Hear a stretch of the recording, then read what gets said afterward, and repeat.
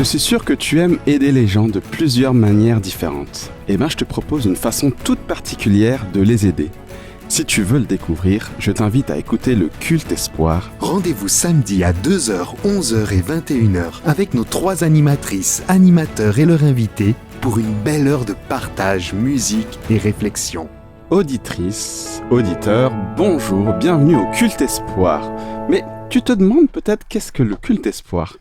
Eh bien, c'est tout simplement un moment convivial où nous aimons parler de Dieu et fouiller dans la Bible pour y trouver des trésors pour nos vies. Donc, si tu le veux bien, je t'embarque pour une petite heure avec Amandine, Mildred et Marina. Bonjour les filles. Yes, Salut. bonjour.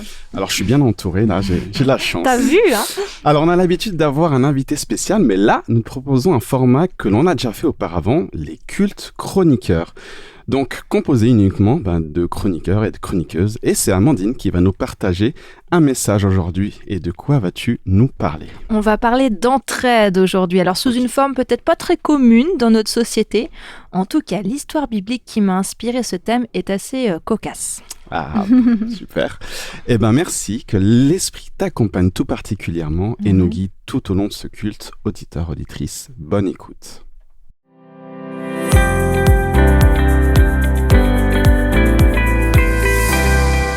Nous voilà dans la chronique Dieu dans ma semaine, une chronique où l'on expérimente le vécu de Dieu dans notre quotidien, dans notre semaine. Alors Mildred, la parole est à toi. Alors, pour ce moment privilégié, j'aimerais revenir aux vacances. Oh là là, c'est trop dur les vacances. Oui, je le sais, c'est un peu de la torture de parler de vacances à ce stade de l'année. Ça fait mal, hein? Vraiment mal. Il y a une c'est pas petite... doux aussi. De se Ah oui, rappeler. c'est vrai. Mais bon, il y a quand même une certaine nostalgie. Mais bon, faites un effort, ça va aller. On va essayer. Donc voilà, pour les vacances, ma maman est venue passer du temps avec ma famille et moi. Elle habite de l'autre côté de l'océan, au Brésil. Ah, trop chouette. Il s'agit d'une femme âgée et en plus, elle a quelques soucis de santé. Elle a été vraiment très courageuse de faire ce long voyage. Nous avons passé de chouettes moments ensemble et ça fait toujours plaisir de manger son super bon pain. Mais voilà qu'au bout de quelques semaines, le moment de rentrer chez elle était arrivé. C'était triste de se quitter, surtout parce que nous savons qu'on ne va pas se revoir minimum d'ici une année. Nous avons pleuré et on s'est encouragés mutuellement. Et voilà, c'était le moment de partir. Donc, le jour de son voyage, nous avons quitté la maison très tôt pour aller à l'aéroport. Exactement à 4h15 du matin. Oh là là. Ah oui, c'était dur. Départ intense. Ah oui, ça commençait bien. Alors, elle devait prendre son avion depuis Genève et faire escale de 2h30 à Paris et ensuite repartir direction São Paulo. Sauf que, suite à une perturbation, voilà que son vol a été un peu compliqué. En gros, elle a raté son vol de Paris-São Paulo. Déjà là, je trouvais très bizarre puisqu'elle bénéficiait d'un accompagnement spécial. Donc, c'est pas elle qui... oui, c'est bizarre. Exact. Elle faisait que suivre quelqu'un, on va dire. Mais bon, continuons. Je reçois un message de la compagnie aérienne m'informant qu'elle partira de Paris seulement à 23h20. Oh là là, elle a dû attendre vraiment très longtemps. Énormément, très longtemps, trop longtemps même. La nuit avait déjà été courte et voilà que la journée s'annonçait aussi très longue. J'étais vraiment très inquiète pour elle. Et si tout avait fonctionné, elle serait arrivée le jour même au Brésil. Donc, elle serait partie d'ici très tôt pour arriver en fin de journée là-bas, avec le décalage horaire. Mais bon, c'était mal barré, tout ça n'a pas fonctionné. Donc, son voyage a duré environ 40 heures. Oh là là. Pour quelqu'un qui va bientôt avoir 80 ans, oui, c'était compliqué. Alors, je me suis mise à prier. J'ai énormément prié pour ma mère ce jour-là. Je savais qu'elle était toute seule dans cet immense aéroport à Paris. Elle ne parle pas la langue, elle ne connaissait personne. Et donc voilà, il fallait faire avec. Donc je ne pouvais rien faire d'autre à part prier et laisser tout ça entre les mains des dieux. Ah, mais du coup, ça a terminé comment ? Écoute, c'était pas comme on avait imaginé. Elle a quand même pu bien gérer son stress. C'était parfait, elle était tranquille. Elle disait que tout allait bien et que de toute façon, elle ne pouvait rien faire à part attendre son vol. Donc là, c'était bon. Niveau nourriture, c'était moyen. On ne peut pas dire qu'elle se soit nourrie correctement ce jour-là. Elle n'a connu personne à l'aéroport et ça aussi, c'était dans ma prière. J'ai demandé à Dieu qu'elle puisse faire la connaissance de quelqu'un qui parle sa langue pour que la journée passe de la meilleure manière possible. Mais non, elle n'a connu personne. Donc, ma prière n'a pas été répondue. Tous les points, en fait, n'ont pas été répondus par Dieu. Mais, et en plus, pour bien finaliser la chose, sa valise est arrivée au Brésil complètement cassée. Bon, le plus important, c'est que ma maman est arrivée, elle, en vie, en bon état. Ah bon port. Et elle n'était pas complètement épuisée. Donc, il fallait vraiment beaucoup d'énergie pour tout ça. Alors, voilà, c'est un petit départ sur la prière. Prier pour quelqu'un d'autre. Des fois, ça répond tout comme il faut. Et d'autres fois, on ne reçoit pas toutes les réponses.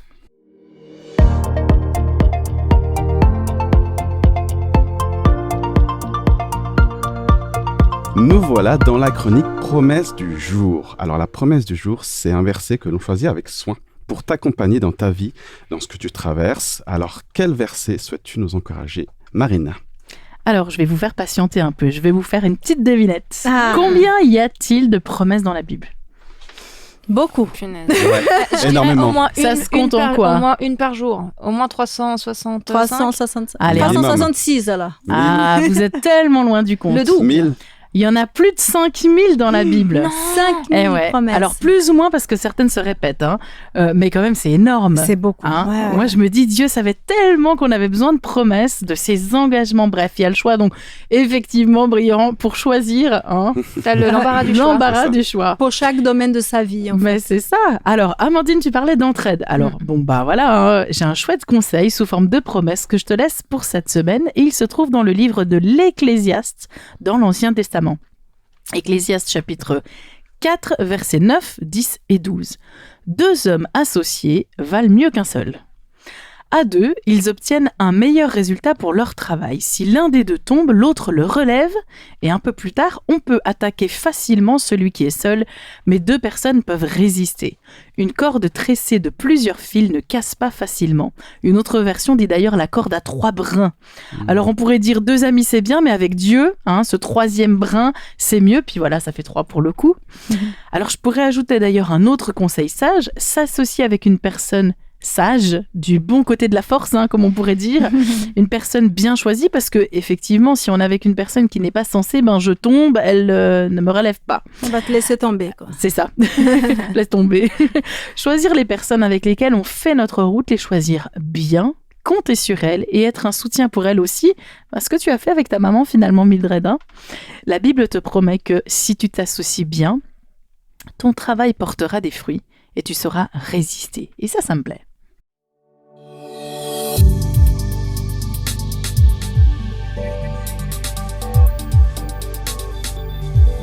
Merci Marina pour ces paroles d'encouragement. Moi, personnellement, c'est quelque chose qui me parle beaucoup.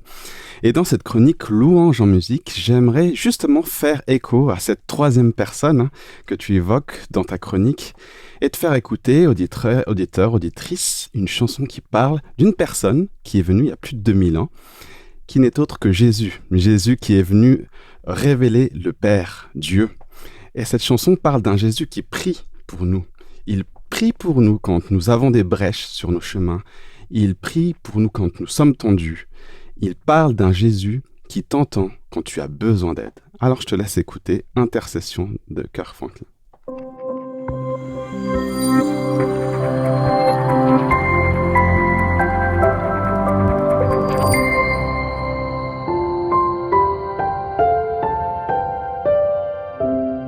Nous voici dans la chronique Dieu agit, une chronique axée sur le témoignage. Alors Mildred, que nous as-tu concocté cette semaine ? Alors, comme vous savez, chaque semaine, nous remuons ciel et terre pour apporter à nos auditeurs des témoignages, des expériences vraies qui montrent que Dieu est présent dans nos vies. Amen.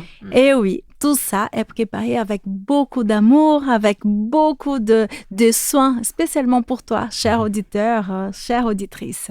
Cette fois-ci, nous apportons une discussion que j'ai eue avec Déliane. C'est une femme qui entretient une amitié extraordinaire avec Dieu. Bonjour Déliane, Bonjour. sois la bienvenue dans notre émission et je suis très contente de parler avec toi. Je sais que tu es une femme qui aime prier. Tu as une relation très spéciale avec Dieu. Tu lui parles directement et j'aimerais bien entendre à nouveau cette histoire que tu m'as racontée sur la prière. Comment ça s'est passé? J'aime prier car Dieu, il est vraiment l'ami de tous les moments. Et un jour, j'étais en train de parler avec une amie. Elle était vraiment bouleversée. Dans un tout petit laps de temps, elle avait perdu son travail à cause de sa santé Aïe, et elle a dû aussi quitter son mari et elle était diagnostiquée d'une maladie très grave. Et là, elle a reçu en plus la demande de propriétaire de l'appartement où elle était. Elle devait quitter l'appartement aussi dans quelques semaines, oula, c'était vraiment une période difficile, chargée là pour elle. totalement chargée. Et elle a commencé à entrer en colère contre Dieu. Elle croyait qu'il existait, mais à partir de ce moment-là, elle disait non, il ne m'aime pas. S'il existe, il prend pas soin de moi. Et la prière, c'est vraiment ça. C'est savoir que Dieu, il est là, qu'il nous écoute et qu'il prend soin de nous. Et mon désir, c'était vraiment de partager ça avec elle. Je lui ai dit, mais tu sais, il a ce Dieu d'amour, il prend soin de toi. Elle a dit, non, non, non, et en plus, je n'ai plus la foi. Je lui ai dit, mais tu sais, moi, j'ai la foi. Et je vais prier pour toi. Je vais me mettre à ta place et je vais parler à lui comme si c'était toi. Et je suis sûre qu'il va pourvoir à tous tes besoins. Et après, j'ai commencé vraiment à prier dans ce sens. Ça, c'était un samedi. J'ai prié toute la semaine. Et le vendredi, je me suis levée tôt, comme d'habitude, et j'ai parlé à ce Dieu plein d'amour. Je lui ai dit, Seigneur, tu sais, j'ai une demande vraiment extraordinaire à te demander. Une demande spéciale. Totalement. Et tu sais, Seigneur, cette amie, elle passe par des moments vraiment très difficiles. Elle met en doute ton amour pour elle. Ça serait bien, si c'est possible pour toi, de lui donner un logement aujourd'hui même, qu'elle puisse se sentir qu'elle est bien aimée, qu'elle puisse se sentir aussi qu'elle est bénie et que tu prends soin de tous ses enfants sur la terre, que tu nous écoutes, que tu es un Dieu d'amour, que tu as donné son Fils pour nous. Et j'ai prié, mais je lui ai dit que ta volonté soit faite au nom de Jésus. Amen. Toi, tu priais pour l'aider, pour aider cette amie en question. Exactement. Mon désir, c'était vraiment pour qu'elle puisse se sentir aimée et savoir qu'il y a un Dieu qui prend soin de toutes ses créatures. En dépit des religions, en dépit de l'âge, en dépit des races, des cultures, Dieu, il est là pour nous tous. Et en dépit aussi des croyances. Et après, vers 9 heures, j'ai reçu un téléphone et elle m'a dit, ah, tu sais, je comprends rien. Un agent immobilier vient de m'appeler. Il m'invite à rendre visite à un appartement aujourd'hui, cet après-midi. Mais j'irai pas. Je lui ai dit, mais avec le cœur plein de joie, hein, parce que là, j'ai senti tout de suite que c'était la réponse de ces dieux. Toi, tu étais déjà convaincue. Oui, totalement. Je lui ai dit, bien sûr que tu vas, tu iras, car ce matin, j'ai prié pour toi. Et là, c'est la réponse de Dieu. Et tu dois lui faire confiance. Cet appartement, c'est pour toi. Elle est allée quand même. Elle a visité l'appartement. Ça lui a plu. Et plus tard, avec 16 heures de l'après-midi, elle m'appelle. Elle a dit, ah, tu sais, l'appartement, il est joli quand même. Et l'agent immobilier, il demande mon dossier. Il y a des papiers à remplir. Elle était la seule personne à visiter l'appartement? Non, il avait plusieurs personnes, mais elle était la seule qui n'avait pas un emploi, il n'avait pas une fiche de salaire, il n'avait pas l'argent. Hein. C'est très difficile de trouver un appartement, en plus à Genève. Et après, je lui ai dit, tu sais, nous allons remplir les dossiers, parce qu'elle m'a dit comme ça, tu peux mettre comme si c'était pour toi, l'appartement, pour toi et ta famille. Après, j'ai dit non, non. Elle voulait tricher un petit peu. Oui, parce qu'elle ne croyait pas encore hein, que c'était vraiment un cadeau de Dieu pour elle. Et après, je lui ai dit, nous allons remplir tout le dossier, mais à ton nom, on va mettre tes coordonnées. Et la seule chose que nous allons faire, c'est de porter garant pour toi. car tu dois savoir que Dieu, il prend soin de tes enfants, il a pris ta cause en main et c'est lui qui va résoudre ça. Après, et le lundi, on a envoyé tous ces papiers, le dossier, et le mercredi, elle m'appelle. Ah, l'appartement, c'est pour moi, et je déménage à la fin du mois. Ah, j'étais tellement contente. Ah, j'imagine bien. Donc, en 5 jours, elle a eu un appartement à Genève. Hein, on sait tous comment c'est difficile de réussir à avoir ça. Et elle n'avait pas d'emploi. Son dossier a quand même été retenu. Exactement. Et aujourd'hui, elle est toujours dans cet appartement. Elle a un travail. Et pour la santé, elle a fait confiance au Seigneur. Elle cherche chaque jour sa présence et c'est en lui qu'elle trouve la force de se lever à chaque matin, la grâce et la victoire que notre Seigneur Jésus-Christ nous donne. Elle est vraiment quelqu'un aujourd'hui qui a la joie de vivre et la reconnaissance dans ce Dieu d'amour. Alors, dis-moi, Déliane, ça vaut la peine de prier? Ah, bien sûr. Et en plus, quand on sait déjà qu'il y a un Dieu qui nous entend, il peut répondre comme ça, oui, tout de suite, comme dans le cas de cette amie, comme il peut dire, attends un petit moment, ou il peut dire non, mais comme il nous aime, il nous connaît, même quand il dit non, c'est pour notre bien. On doit savoir lui faire confiance.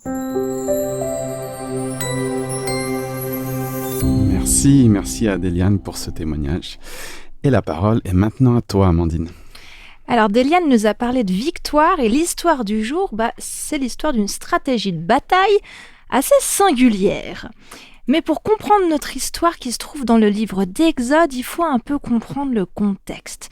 Le peuple d'Israël a été quelques chapitres plus tôt libéré de l'esclavage qu'il subissait en Égypte. Moïse, leur leader, avec son bâton à la main, a obéi à l'ordre de Dieu. Tendu le bâton vers la mer et celle-ci, hop, s'est ouverte pour laisser le peuple la traverser.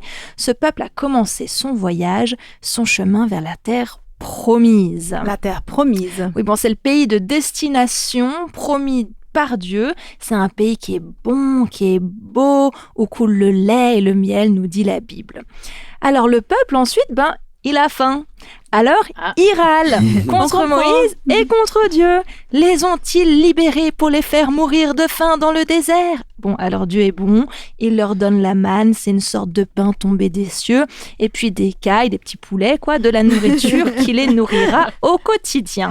Puis le peuple, il a soif, du coup il fait quoi? Il râle contre Moïse et contre Dieu. Les ont-ils libérés pour les faire mourir de soif dans le désert? Dieu dit à Moïse d'utiliser son bâton et de frapper un rocher d'où jaillit alors de l'eau qui va désaltérer le peuple. Tu vois, cette génération qui a quitté l'Égypte n'avait pas vu de leurs yeux l'intervention de Dieu dans leur année d'esclavage. 400 ans dans un pays étranger avec des dieux étrangers.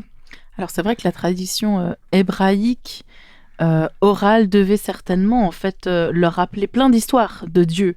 Ce Dieu qui avait gagné des guerres, ce Dieu qui avait sauvé, qui avait conduit, qui les avait protégés. Donc cette génération dans le désert a vu et vécu une libération miraculeuse, mais ils connaissent pas encore vraiment ce Dieu. Finalement, c'est juste ce que tu dis. Qui est-il vraiment? Est-ce qu'ils peuvent lui faire confiance? Comment ça marche un peu comme nous quand on dit Dieu, oui, je vois ce que ça peut être, mais on le vit pas, on l'a pas encore expérimenté. Oui, d'ailleurs, certains voient dans cette histoire la symbolique, vous savez, du début de la vie de quelqu'un qui décide de donner sa vie à Jésus. Le chrétien va décider de quitter symboliquement sa terre de servitude. Alors dans notre société, faut pas chercher longtemps pour se rendre compte de tout ce qui nous rend esclaves. Vous auriez des exemples? La cigarette. Ok. Ah oui. L'alcool, les drogues en général. Là, vous pensez aux addictions. Notre téléphone portable. La télé, Internet. Moi, je pense aussi à d'autres choses peut-être moins tout de suite évidentes. Par exemple, le regard des autres, les injonctions de réussite, de succès qu'on peut avoir. Et puis, c'est en acceptant Jésus, finalement, son sacrifice, sa résurrection, qu'on se sent libéré. Qu'on est libéré. Deuxième point, on va traverser du coup les eaux. C'est la symbolique du baptême. Tu entames une nouvelle vie officiellement avec Jésus. Et puis 3, t'as faim.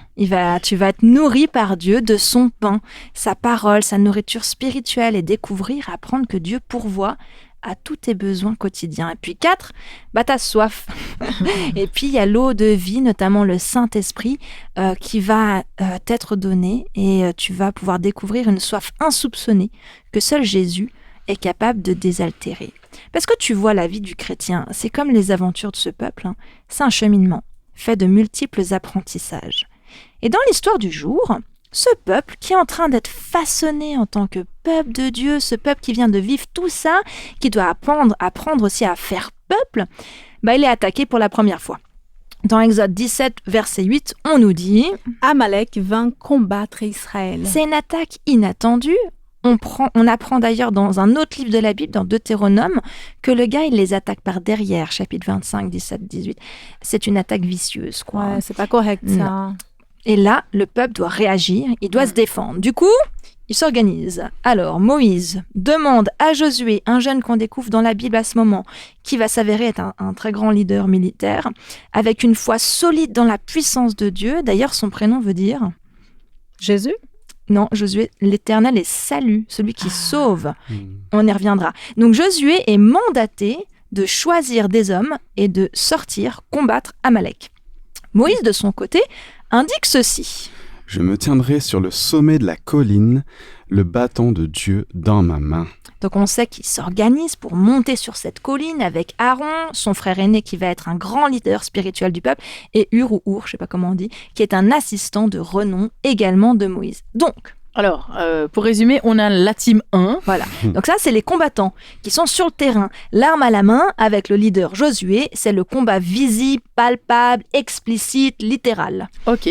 La team 3. Ça, c'est le peuple qui est resté au campement. On ne sait pas ce qu'il fait. Est-ce qu'il prie ? Est-ce qu'il a peur ? Est-ce qu'il est en veille à attendre le dénouement final ? On ne sait pas. Ok, et donc on a la team 2. Avec Moïse, qui monte sur la colline avec 2 copains pour lever le bâton au ciel. C'est quoi son truc à lui ? Ça sert à quoi ? Bon, c'est le bâton à travers lequel Dieu a déjà par le passé révélé sa puissance. Il a ouvert la mer avec ce bâton qui était pourvu en eau. Tout à fait. Donc Moïse qui tient ce bâton, c'est comme un peu l'étendard de ralliement du peuple. Ce symbole, vous savez, que les armées de l'époque dressent pour les représenter. Pour Josué et ses combattants, les imaginer en train de se battre, là, alors qu'ils sont au combat, voir ce bâton levé à la vue de tous, c'est avoir sous les yeux ce rappel, cette promesse de la présence de leur Dieu qui est puissant dans leur combat, de ce Dieu qui est unique, qui est vrai, de ce Dieu qui fait des miracles, ils les en ont vus, qui les a déjà libérés par le passé, qui les a choisis et qui leur assure la victoire. Moi, ça m'a interpellée. On a déjà parlé dans le passé, dans les cultes espoirs, de combat. On a parlé de comment Dieu combat pour nous, comment il est devant nous à mener le combat, et cette dimension de compter sur Dieu dans le combat, ça me semble essentiel. Mais là, il y a une autre dimension dans ce combat qui m'a titillée. On comprend bien que dans cette bataille, il y a une dimension spirituelle, c'est-à-dire il y a une dimension, un enjeu qui dépasse le combat terre à terre, visible, qui se passe devant nos yeux. D'ailleurs, la team 2, qui est donc Moïse, avec le bâton. Voilà, sur la colline, ils nous mettent sur cette piste. On pourrait dire que c'est un combat physique, mais aussi spirituel. Ça veut dire quoi ? Bon, regarde ce qui se passe, c'est assez saisissant. Verset 11.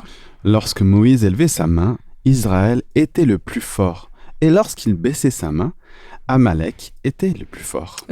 Étrange phénomène, n'est-ce pas ? C'était pas qu'une coïncidence. Voilà, il y a un enjeu de domaine de l'invisible là. Alors, je me suis demandé, est-ce que c'était que quand les combattants ne voyaient pas le bâton, quand il était baissé, voilà, ils pouvaient être pris de découragement, alors, se sentir seuls, sans la présence de Dieu symbolisée par le bâton, puis c'est pour ça du coup qu'ils étaient moins forts.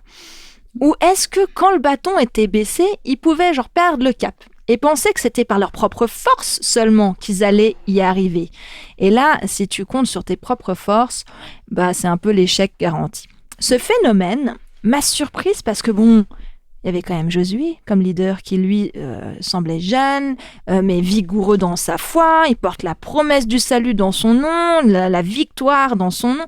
Comment ça se fait finalement que dans ce combat, il y a eu besoin de cette team 2 en plus de ce bâton élevé. Tu te rappelles que j'ai fait un parallèle tout à l'heure entre l'histoire de ce peuple et la vie du chrétien.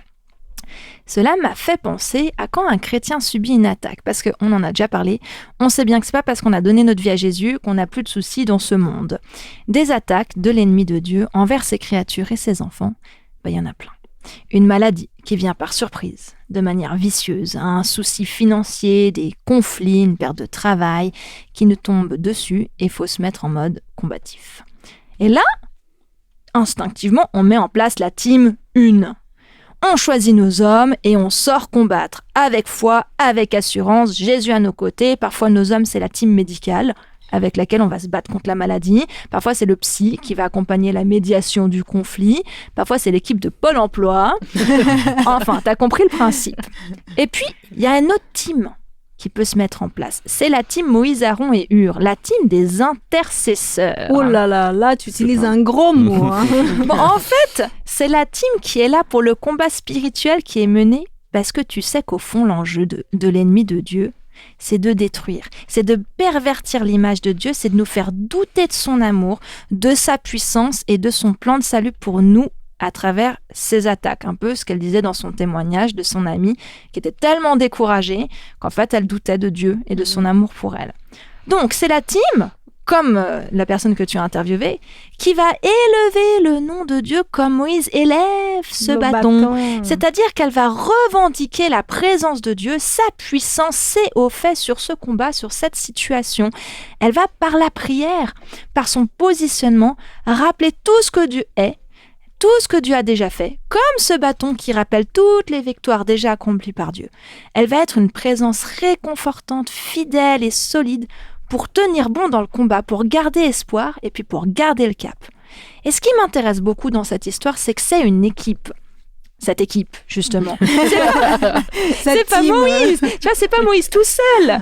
Il dit, on l'a vu. Je me tiendrai sur le sommet de la colline. Mais il prend avec lui 2 personnes. Donc il dit, je vais le faire, mais je prends quand même 2 personnes avec moi. Pourquoi ?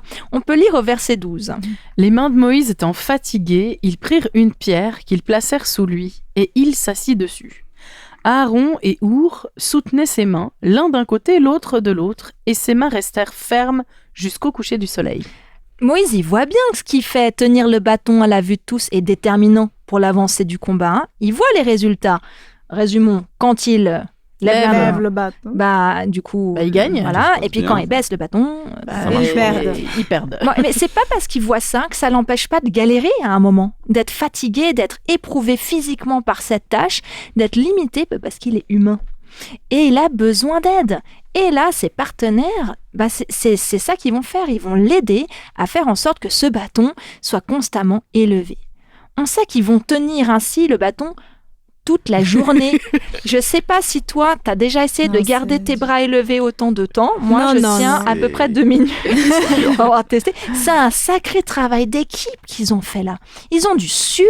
Ils ont eu une sacrée volonté, un sacré engagement pour tenir leur rôle et aider à obtenir la victoire. Et tu sais quoi ? À la fin, au verset 13, il est dit « Et Josué vainquit Amalek, son peuple, au tranchant de l'épée. » La victoire est attribuée à Josué. À Josué. La victoire, elle n'est pas attribuée à Moïse qui a tenu le bâton pendant une journée. Encore moins à ses acolytes qui l'ont soutenu. Et pourtant, sans Aaron et Hur, Moïse aurait vraisemblablement pas tenu. Et sans le bâton élevé, le combat semblait perdu. Josué a vaincu. Mais tout un tas de personnes ont contribué à cette victoire, se sont unis pour lui permettre d'aller chercher cette victoire. Là, ils ont appris à faire peuple, à faire équipe, en Dieu, avec Dieu, pour Dieu, par Dieu. Et de cette histoire, j'ai envie de pointer aujourd'hui cette dimension-là. Si aujourd'hui, tu es dans le combat, dans la team 1, je prie que tu puisses choisir, comme on a déjà pu partager par le passé dans nos cultes, d'avoir comme allié et puissant leader Jésus. Et si tu le souhaites, avoir aussi une équipe team 2, prête à prier pour ton combat, prête à te soutenir dans la prière, vraiment solidement, avec persévérance. Il n'y a pas de honte à ça, au contraire, il n'y a pas de honte à chercher à avoir cette équipe-là à tes côtés. Et puis je prie pour notre Église avec un grand E, que nous puissions apprendre à être en tant que chrétiens quand le besoin se fait sentir, quand la demande est pressante, des intercesseurs, maintenant vous savez ce que ça veut dire, des membres de l'équipe Team 2. Yes. On entend parfois dire « oui, je prierai pour toi ». Mais là, cette histoire, elle nous montre un investissement, une implication qui dépasse sans doute, une entraide dans cette forme de prière, de louange, d'adoration qui dépasse, à mon avis, ce qu'on fait souvent. Savons-nous, et ça je me pose à moi la question avant de te la poser, cher auditeur, savons-nous être des intercesseurs ? Savons-nous élever le nom de Dieu comme ce bâton élevé, revendiquer la présence de Dieu dans les combats, rappeler ses bienfaits, lever le bâton pendant le combat ?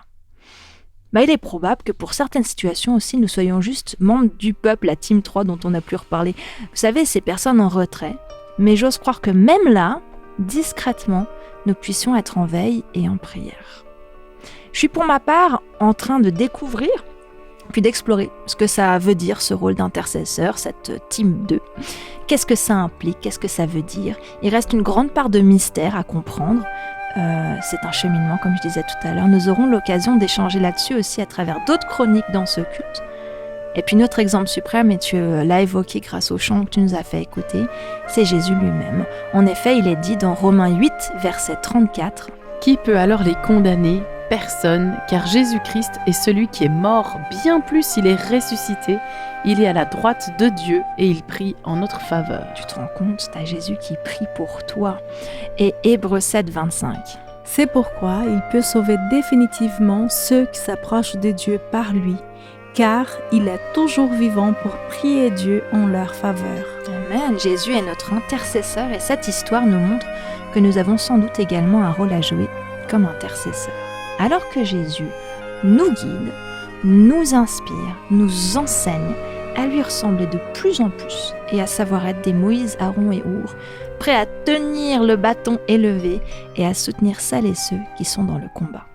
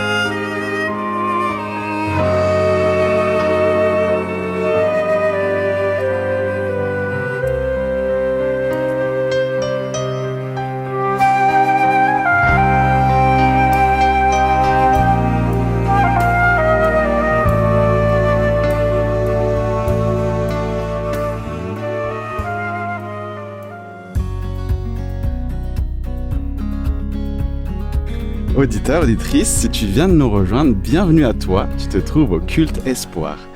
Et le thème du jour, c'est Amandine, fidèle animatrice du Culte Espoir, qui nous l'a partagé.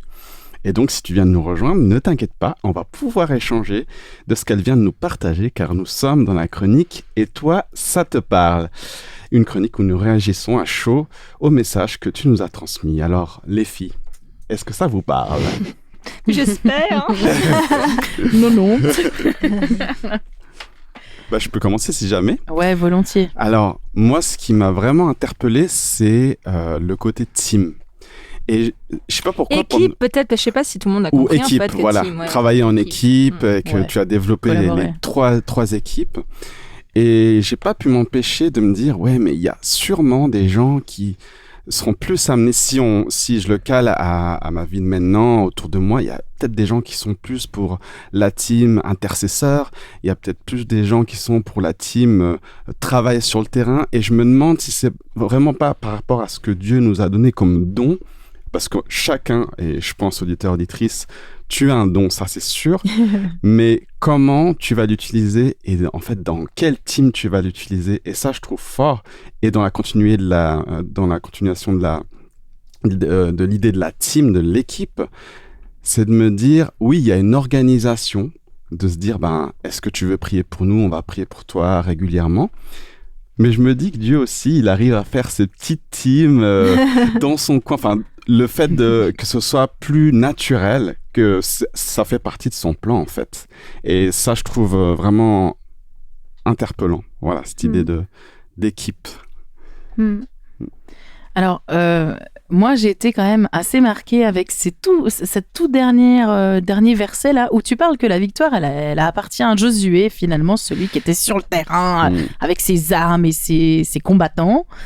Et c'est vrai que je me dis des fois, est-ce que j'ai assez d'humilité si je fais partie de cette team d'intercession, cette team 2 là, de me dire j'ai investi énormément de temps, j'ai soutenu quelqu'un, j'ai passé du temps dans la prière, j'ai accompagné, et puis finalement quand c'est le temps de la victoire où on doit tous se réjouir, bim j'apprends que la victoire en fait c'est l'autre équipe quoi.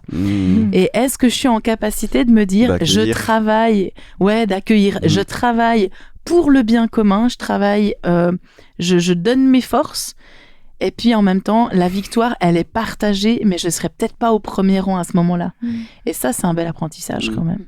Après, ça me fait penser, là, ce que tu viens de dire, ça me fait penser à quand on offre un cadeau. Je ne sais pas, mais quand on va offrir un cadeau à quelqu'un, déjà, on est tout excité de « Ah, qu'est-ce que je vais faire ?» Bon, des fois, on est un peu paniqué aussi, mais donc tu commences à chercher qu'est-ce qui pourrait lui faire plaisir, et ci et ça. Et on est dans cette préparation. On pense vraiment à l'autre. On a envie de lui faire plaisir, on a envie de l'aider, on a envie de lui apporter quelque chose de positif. Et la personne qui reçoit, elle est aussi très heureuse à ce moment-là. Et finalement, les deux équipes sont heureuses. Parce que quand j'ai prié pour quelqu'un, là, comme dans le témoignage, par exemple, où Moïse tenait ce bâton, il était dans la perspective d'aider l'autre équipe qui était dans la difficulté. Donc, et j'imagine qu'à la fin, il était ravi, et Josué était ravi, et le peuple était ravi aussi d'avoir gagné la guerre. Donc, c'est une explosion de victoire, de joie, et finalement, cette prière conjointe, cette prière qui est en adresse à Dieu pour aider quelqu'un d'autre, ça a été positif pour tout le monde. Moi, j'aimerais me tourner un peu vers toi, Amandine, parce que on parle là d'équipe, de team, c'est chouette de faire partie des équipes, et puis on peut avoir des personnalités, comme tu le disais, brillant aussi, où c'est facile. Et puis, je pense à des gens qui seraient plutôt introvertis, qui auraient de la difficulté peut-être à avoir des amis ou voilà, qui n'osent pas se lancer dans aussi un esprit d'équipe ou dans tout ça. C'est pas quelque chose qui est vraiment dans leur gène. Qu'est-ce qui se passe pour ces gens-là? Je pense que le Seigneur, il pourvoit selon là où on est, ce qu'on a besoin. J'aurais envie de conseiller à ces personnes-là de se mettre en prière, puis de dire à Dieu, voilà, moi j'ai entendu ça, j'ai envie de le vivre. En fait, je sais pas avec qui, je sais pas comment, je sais pas où. Vers qui me diriger. Seigneur, par ton Saint-Esprit, viens me révéler. Et puis c'est vrai que des fois, c'est aussi être invité à faire le pas d'aller voir qu'est-ce qui existe autour de nous. Est-ce qu'il y a un groupe de croyants, un groupe de maisons? Est-ce qu'il y a une église autour de moi? Puis ça serait potentiellement une ressource aussi pour moi. Mais c'est vrai que ça demande des fois de sortir de sa zone de confort. C'est ça. Je sais pas si vous, t'as une autre piste pour ces personnes. Non, du tout. Puis je pense que vraiment là, dans cet exemple que tu nous as amené de cette histoire, je pense que effectivement, là, Dieu nous appelle à vivre ce côté-là ensemble. Et il y a des choses qu'on peut vivre seul, mais il y a des démarches et des victoires et des combats qui doivent se vivre en équipe. Puis en fait, moi je sais que avant je le vivais pas forcément, je n'osais pas forcément. Puis j'ai aussi appris à juste repérer des gens qui en fait potentiellement seraient ouverts sans même forcément qu'ils l'aient vécu. Et puis en fait, on a échangé. Puis je me suis rendu compte qu'il y avait des gens qui avaient soif on ne sait pas toujours comment aider face à la maladie. Moi, je suis pas soignant, je peux pas guérir la personne. Mais si par contre cette personne elle est ouverte à ce que je prie pour elle. en fait, j'étais contente de pouvoir aider. Et je pense des fois, on sous-estime aussi à quel point les gens autour de nous ont soif de besoin. pouvoir. Ouais. Ouais, là, tu parlais d'intercession, d'intercesseur, donc de demander, De prier voilà, pour l'autre. prier pour quelqu'un d'autre. Et une chose qui est très réconfortante pour moi, c'est de savoir que Jésus est notre plus grand intercesseur. Ouais. C'est lui il prie Dieu pour nous. Et C'est notre avocat. C'est ça. Ça, c'est formidable Ouais. de savoir que quelqu'un d'aussi puissant et qui a donné sa vie pour nous, lui, il est là pour faire le lien entre Dieu et nous. Et ça, c'est... Il est dans toutes les teams en plus, lui. C'est ça, il est dans toutes les équipes. Pleinement dans toutes les teams. Vous voulez prier? Allez, je suis là. Vous voulez être derrière? Allez, j'y suis aussi à l'attaque. On y va. Franchement, c'est pas mal de compter sur lui. Hein. Ouais. Ouais. Et maintenant, je te pose la question à toi, auditeur, auditrice. Peut-être que tu écoutes ça en famille, entre amis, en couple, seul. Alors, comment, toi, ça te parle dans ta vie, finalement?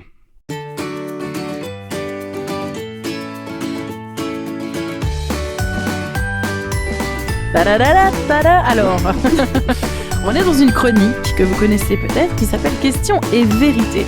Alors, c'est une chronique assez spéciale pour apprendre à connaître nos invités du jour. Et aujourd'hui, c'est un petit peu spécial. Je me tourne vers Amandine. Oui, notre chroniqueuse du elle jour rougit un petit et peu. invitée Attends. du jour. Mais non, mais tu vois, quand j'ai imaginé cette chronique avec vous, je me suis pas dit que ça se retournerait contre moi un jour. Ben oui, et voilà. C'est ça. Ben, c'est le démarrage de quelque chose peut-être. Voilà. Alors, on a bien envie de te faire connaître davantage avec ces quelques questions qui vont suivre à nos auditeurs. Est-ce que tu es prête, Amandine? Ouais, j'essaie d'imaginer tout ce que vous alliez pouvoir me... On va voir. Je suis prête. Franchement, alors on y va. Mildred? Bah alors, tu as souvent demandé à nos invités quel est ton verset biblique préféré. Ah, c'est Jean 14, 16 qui parle de Jésus qui nous envoie un défenseur, un consolateur, qui est le Saint-Esprit qui sera avec nous tous les jours jusqu'à ce qu'il revienne. Voilà, ça c'est mon verset préféré. Je le savais. Et le livre, un livre dans la Bible que tu préfères? Dans la Bible, que je préfère Oi. Ah bah oui.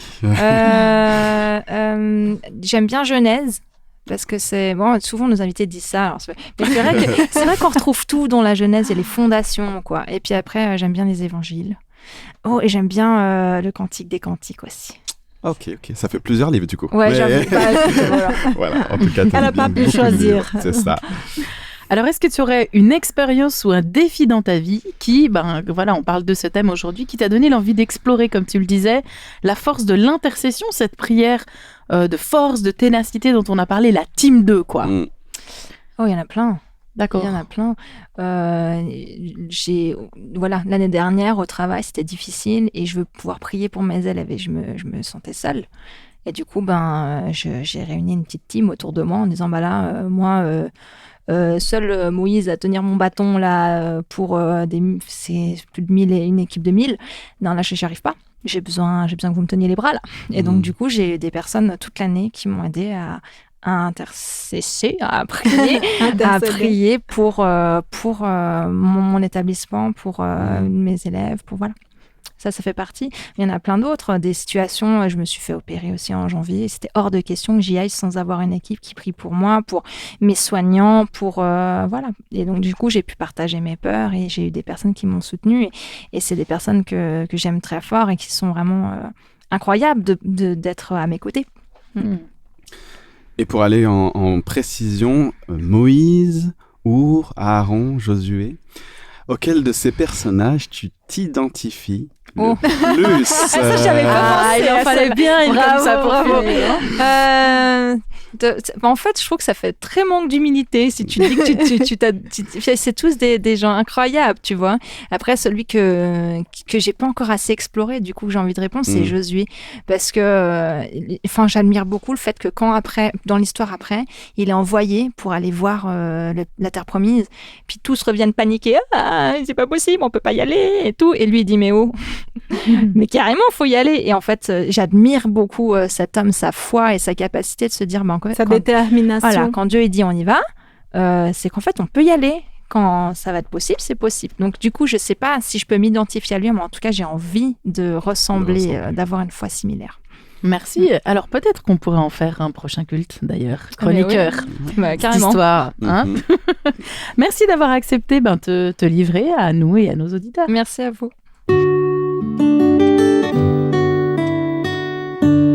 Eh ben, je vous invite à vivre un temps de prière ensemble. Seigneur mon Dieu, je te remercie infiniment de ta puissance, de ta fidélité, de ton amour, de ce regard que tu poses sur chacun d'entre nous, sur chaque auditeur, chaque auditrice. Merci Seigneur pour ta présence dans notre vie.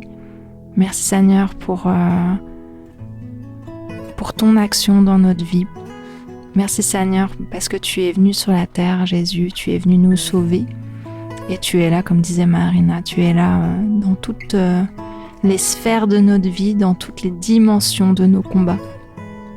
Et Seigneur, j'aimerais te demander maintenant ton aide, que ton Saint-Esprit puisse nous remplir pour que nous puissions apprendre à être des intercesseurs comme toi, tu intercèdes.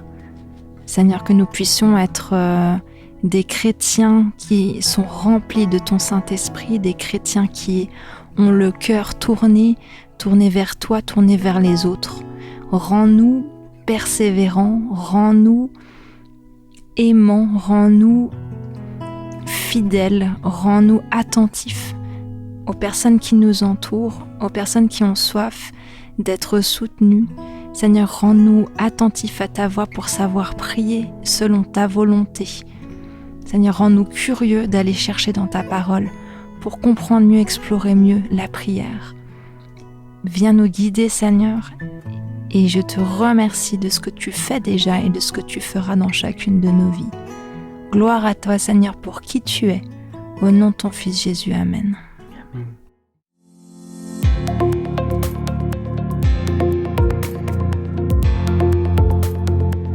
Alors, c'est bientôt la fin du culte, mais on ne va pas se quitter comme ça, hein, chronique action. Alors, qu'est-ce que tu nous proposes, Mildred? Alors, le défi pour cette semaine est tout simple. Ah. C'est bien, hein, ça simple. C'est simple. Tu veux un truc compliqué? Voilà. Je sais pas, ouais. Elle a dit que c'est simple, c'est peut-être pas simple. Non, c'est tout simple. Au tout début de cette émission, Marina nous a laissé un conseil qui se trouve dans la Bible, dans le livre d'Ecclésiaste, chapitre 4, versets 9, 10, 12. Donc, en gros, elle disait que 2 hommes associés valent mieux qu'un seul. À 2, ils obtiennent un meilleur résultat pour leur travail. Si l'un des 2 tombe, l'autre le relève. Donc, j'aimerais reprendre ce conseil pour te proposer une action. Tu sais, souvent, on aime être entouré par d'autres personnes. Chacun de nous ici a au moins un pote, un super bon pote, je l'espère. Alors, cet ami-là, avec qui on aime faire du sport, ou peut-être tu préfères faire du shopping avec, ou encore voyager, jouer de la musique, faire une soirée karaoké, enfin, il y a tellement d'activités qu'on peut faire avec un ami. Alors voilà, pour cette semaine toute simple, tu vas te trouver un ami, un binôme pour prier ensemble. Moi, je trouve que c'est un sacré défi. C'est pas simple. Ben non, parce qu'il y a 2, vous pourrez prier pour d'autres personnes. Vous allez les aider sur des situations particulières que vous connaissez peut-être. Et si vous ne connaissez pas, demandez à Dieu de vous inspirer, de vous guider vers quelqu'un. Alors que Dieu te guide dans cette action et que tu aies de superbes expériences de prière. Parce que une corde tressée de plusieurs fils ne casse pas facilement. Merci Mildred pour cette action. Avec plaisir. Tu me diras si tu auras à faire. Je te tu vas la faire. On t'appelle. Auditrice, auditeur, il n'y a plus qu'à. Sois béni dans l'accomplissement de cette expérience. Nous arrivons donc à la fin de ce culte, mais ce n'est que le début de la semaine pour vivre des choses incroyables avec Dieu et la personne que tu auras choisie, n'est-ce pas Mildred? Exact. Merci Amandine pour ton partage. Sois pleinement bénie dans ton travail et dans tout ce que tu entreprends. Merci. Merci les filles, merci Mildred, merci Marina pour vos chroniques. Soyez bénis au sein de votre famille, votre travail. Auditeurs, auditrices, je te souhaite une belle semaine et je te dis comme d'habitude à la semaine prochaine. Ciao!